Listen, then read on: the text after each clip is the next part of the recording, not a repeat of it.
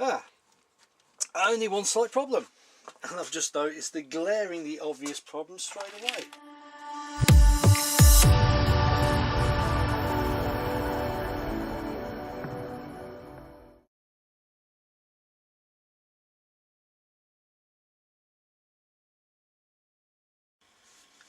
Well, welcome back. I am relegated to the garage yet again.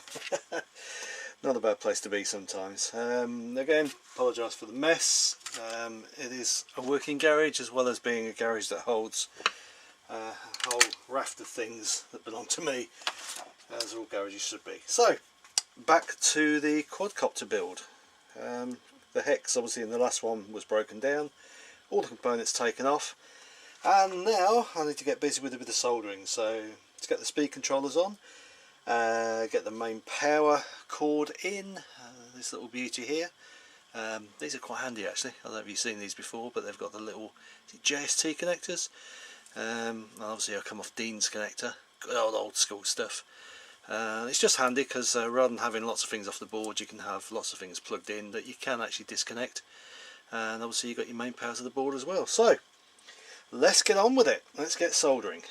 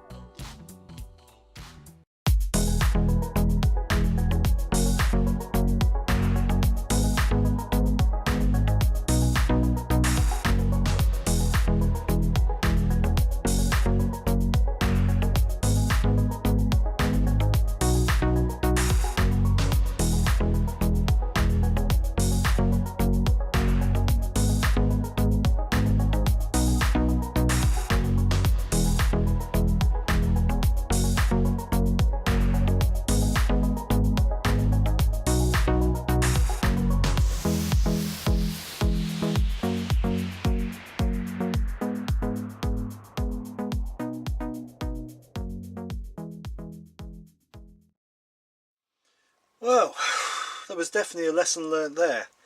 So no matter what the instructions say, it's a lot easier to put the speed controllers on when the arms are not there. You can get them in, as you can see. I've got them in, got everything soldered okay. It looks okay, pretty functional. So it all works. It all basically gets done, but it's a lot more difficult when you've actually got the arms on. So I would suggest, looking at the arms, the hole I think goes, yeah, it goes all the way through. So yeah, do yourself a favour, put the speed controllers on first and then put the arms on afterwards. Yeah, anyway, you live and learn, don't you? You definitely do. Right, let's figure out where all the rest is going to go. So I think, to be honest, looking at the rest of it, I've got the PHU soldered in there. I'm not figuring out where I'm going to put that yet, but it's probably somewhere around that area. The only thing I've got left to solder is my lost drone bleeper, which I think I can put a GST connector on and probably get around that. So I think at the moment what I need to do, get the motors on, get the speed controllers connected up, and see where we go from there. Okay.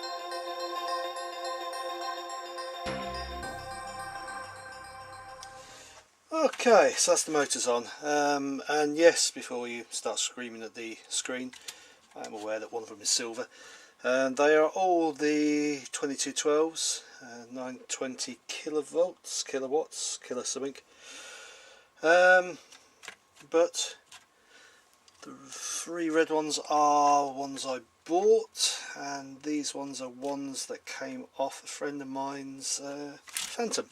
So they're all the same, but just different colours. Why they paint them different colours, no idea at all. Anyway, so the motors are on. What I've got to look at doing now is get the speed controllers bolted in and the wires there. What I might do at the moment is leave those loose, because obviously when it comes to programming, the polarity is important for the motors. Obviously they go left or right depending on which prop they have on it. So when I'm doing all that, I'm probably going to have to swap wires around on the speed controllers anyway.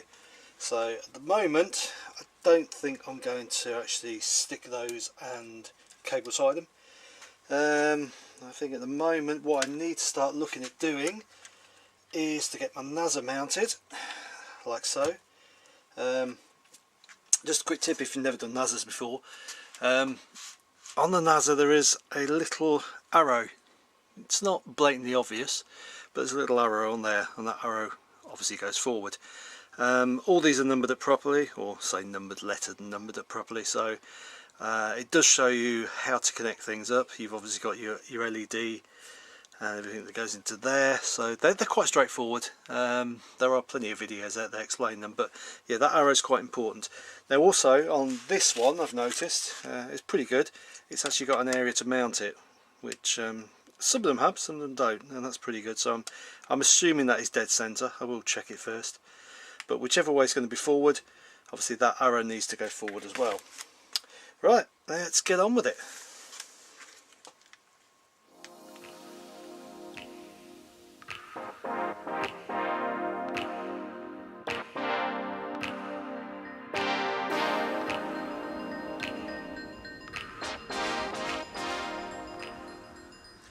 Just a quick tip, guys. I don't know if you've seen these.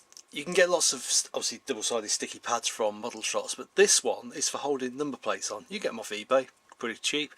But certainly for, I was found for the Nazza controllers, it takes a lot of the vibration out. The pad is quite thin, sorry, quite thick. I'm quite thick, but it doesn't move a lot. There's not much movement on there at all. So if I let's obviously do, I'll just give this a wipe down with methylated spirits, so we're nice and clean and good to go until I go and stick my muddy paws all over them. Okay, so that's smack bang in the middle there, and they stick really well. The glue on these are excellent. So again, my arrow goes such a way, and I'm going to get my head in shot here with my attractive glasses on to get the final positioning. Bang, like that. I think done pretty good. Only one slight problem, and I've just noticed the glaringly obvious problem straight away. Yeah, bugger. Oh well, back to the drawing board.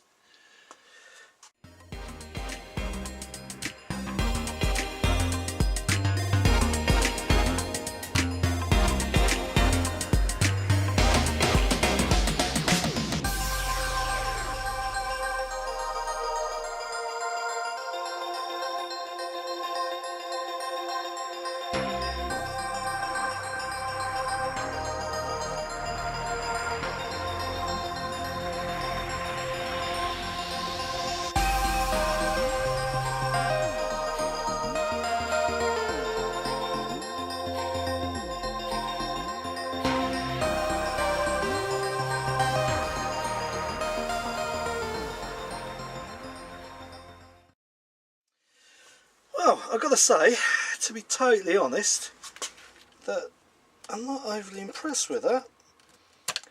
There's going to be quite a lot of pressure on that Nazza, which concerns me slightly, because I'm now wondering if I'm going to get vibration problems. To be honest, one for Hobbyking here, you could have made the frame depth a little bit deeper. Certainly when you compare the arms to a DJI one, or even the copies of a DJI one. Let me find one.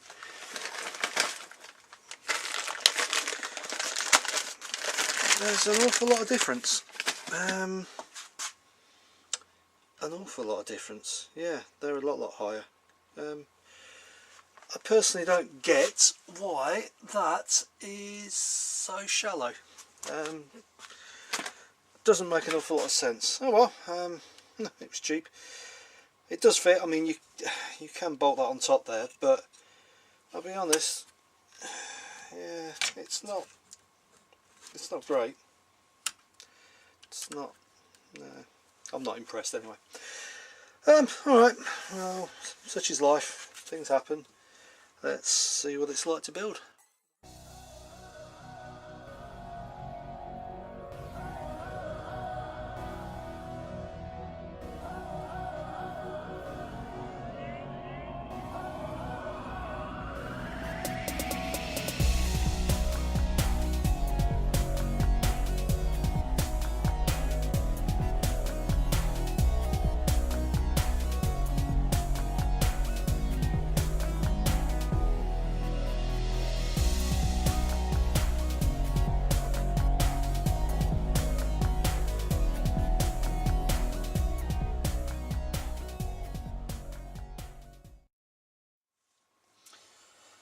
Okay, just having to look at the orientation here. So we've got, just here we have got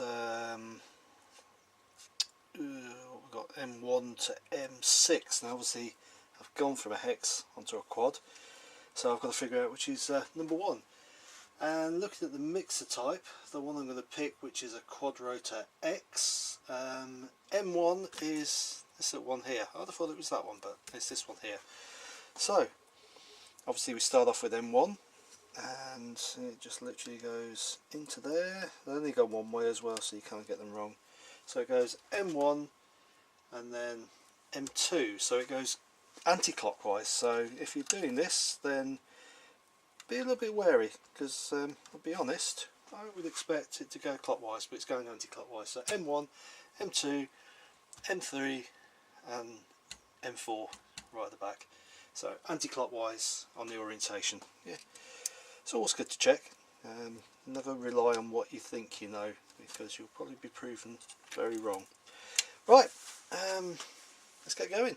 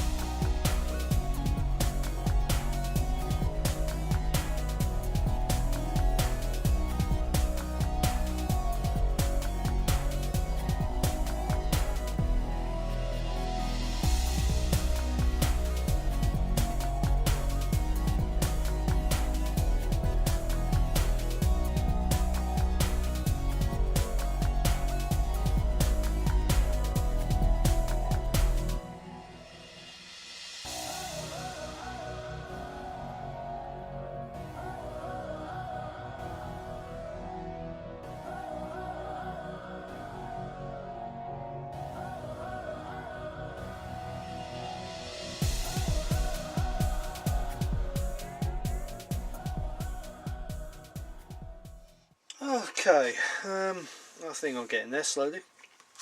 So I've got that all connected up. Obviously need to tidy the wires up, and I will do that. I think at the moment what I'm looking at is probably having the receiver at the back there, with the PSU as well, probably linked in the same sort of place. So they'll be relatively open, but it doesn't matter at all. I suppose I could put the PSU, I don't want to put it there because it's, yeah, probably at the back there's the best place. It's all going to be a bit tight, I realise that, but yeah, such is life, such is life. Right, a few more tweaks and bits and bobs, and then what I need to do is bind it up and connect the Nazza controller to it, and just make sure that A, I've got the motors going around the right way, and B, I've got everything connected up the right way. So, a little bit more work, let's go.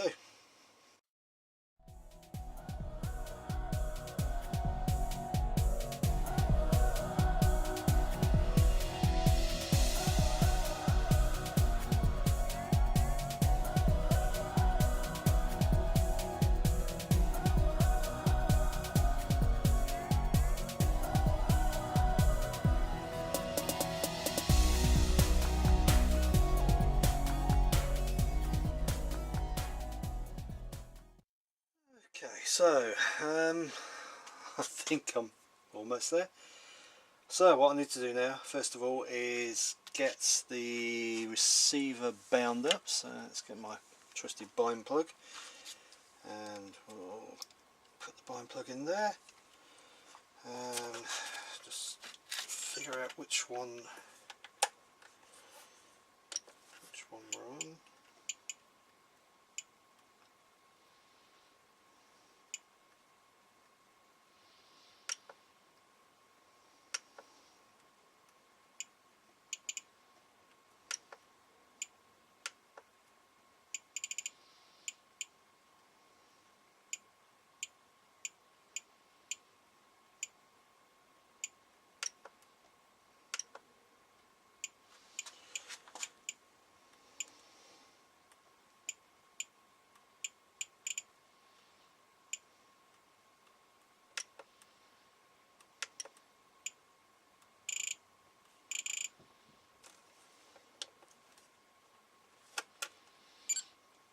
Okay, this is the boring bit. Talk amongst yourselves.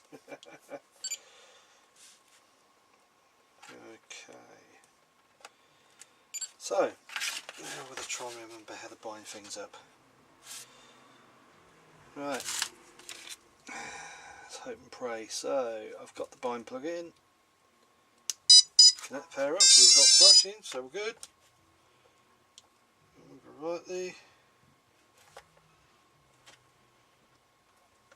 You turn it on. With that.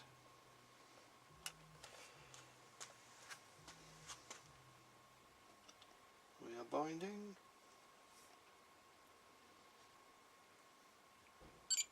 Looks good. Okay, so we're bound. So let's see it getting the motor test done. So M1.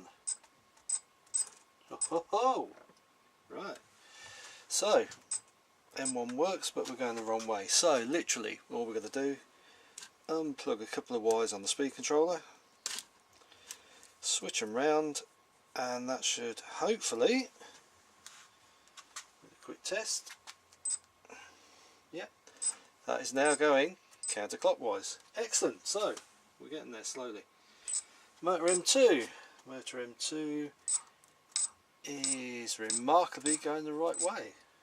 Okay, so M2, we're good so far. M3. Okay, that one is the wrong way around as well. So again, just a quick swap around. And we are good. And the last one, motor 4. Is, I believe, yep, going in the right direction. Excellent. So we are getting there. The next bit, I think, to be honest, start thinking about mounting, start thinking about putting the speed controllers in their final place, and then just tidying up. Excellent. It's all going well so far. So actually thinking about it, what I need to do, I think, first is, we'll just move that to one side of it.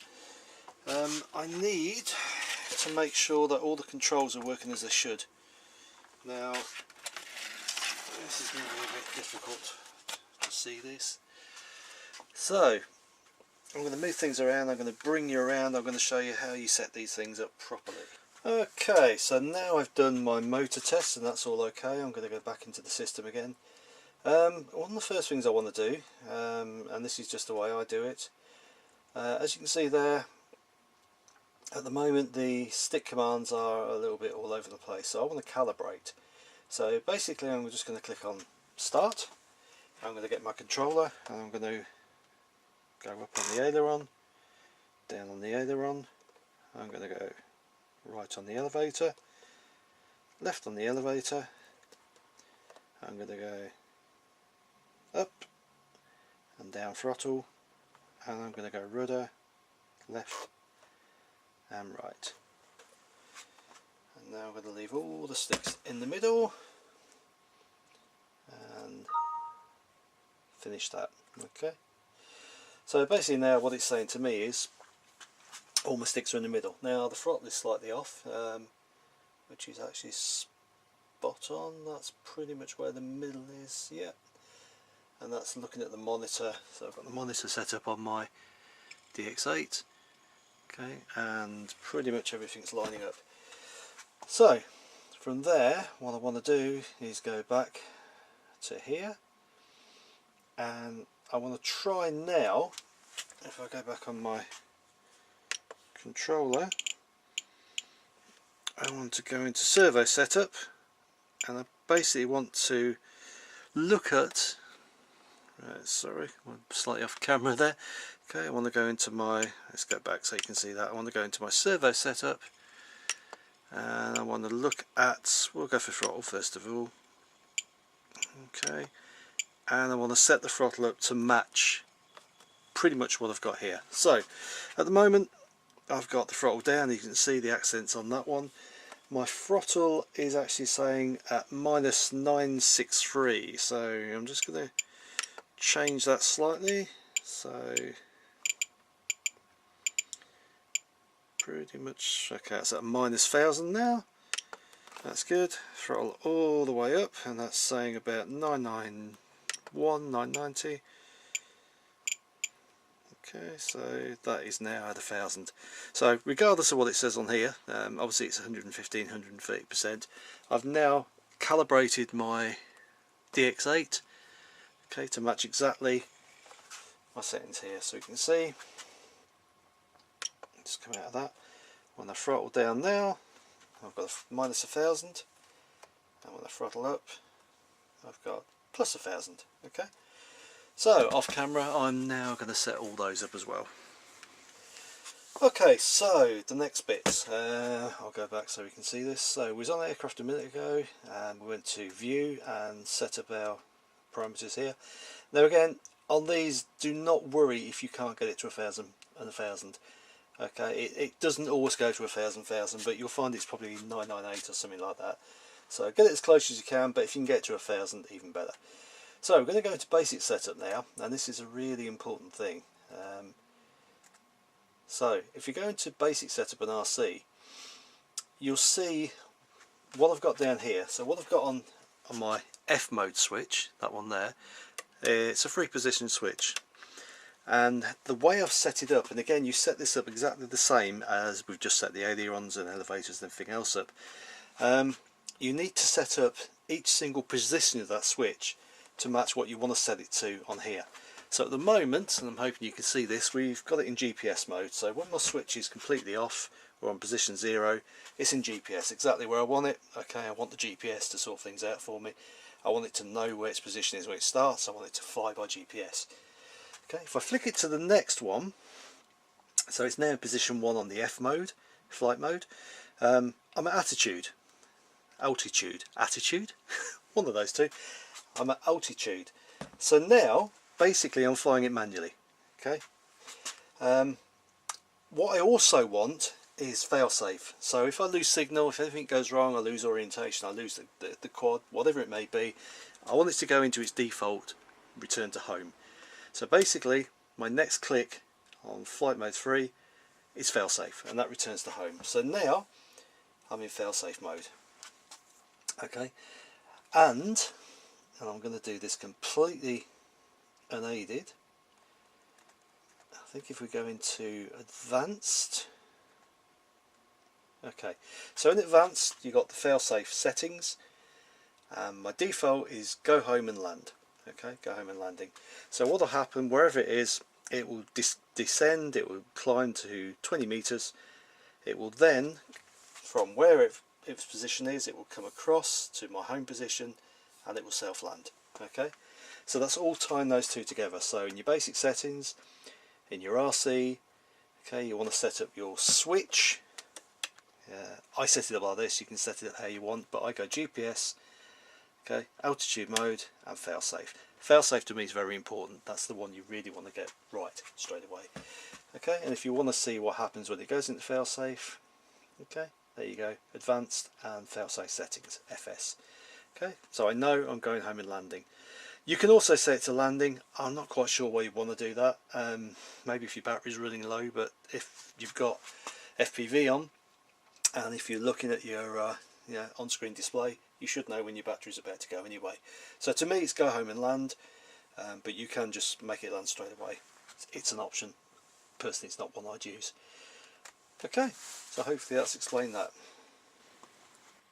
Okay, so I think I managed to cram most of the stuff in there. God, wasn't easy, but such is life. There you go. Right, so at the back here we've got the orange receiver, and yes, people are going to go, oh, orange, horrible. They're fine. I've had no problem with them at all, and it's going to do the job quite nicely. Used them on planes and helicopters before, so I know they work well. So obviously got the Nazza LED on the back there, nice and easy to plug into. Got to obviously mount the GPS yet, not a problem with that at all. May actually, I don't know, it's a bit high, so I may actually take it down a bit. May even just mount it directly to the top of the plate actually. yeah, there's options there anyway, whichever way I do it. I'll take that off for a second. So obviously got everything cable tied up, so the speed controllers are on there now. They're stuck and they are cable tied. All this is stuck down, so I've got the Nazza PHU there. I've got the ISOD Mini or ISOD, whichever way you want to say it, so on screen display. Got that all mounted there. The wires they're okay. They're good enough. Once you've got the top on, you can't see them too well. I've left the front relatively open. I've got all my connectors there for connecting up the gimbal. Might even put some LEDs on it, and my lost home bleeper, which has got to go on yet, but I may stick it up front here somewhere. I think I'm going to mount the gimbal actually under there like that. A few cable ties I think will hold that. It seems to be the best location for it. It's going to be completely out of the way of the blades, so I won't get any blades in the video footage, which would be nice. The legs are high enough to sustain it, so yeah, I think that's going to mount under there quite nicely.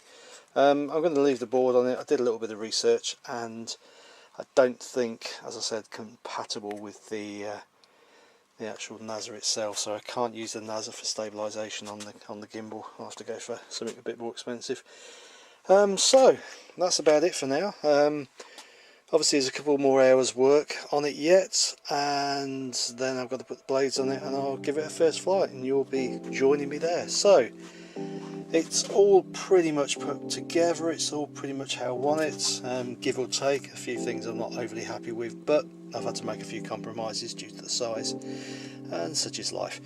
But all in all, I think it's looking okay. So as I say, just a couple more hours tidying it up, sorting it out, and then we'll go for a flight. So that's it for tonight. I think it's beer o'clock now. Take care all, see you soon, bye bye.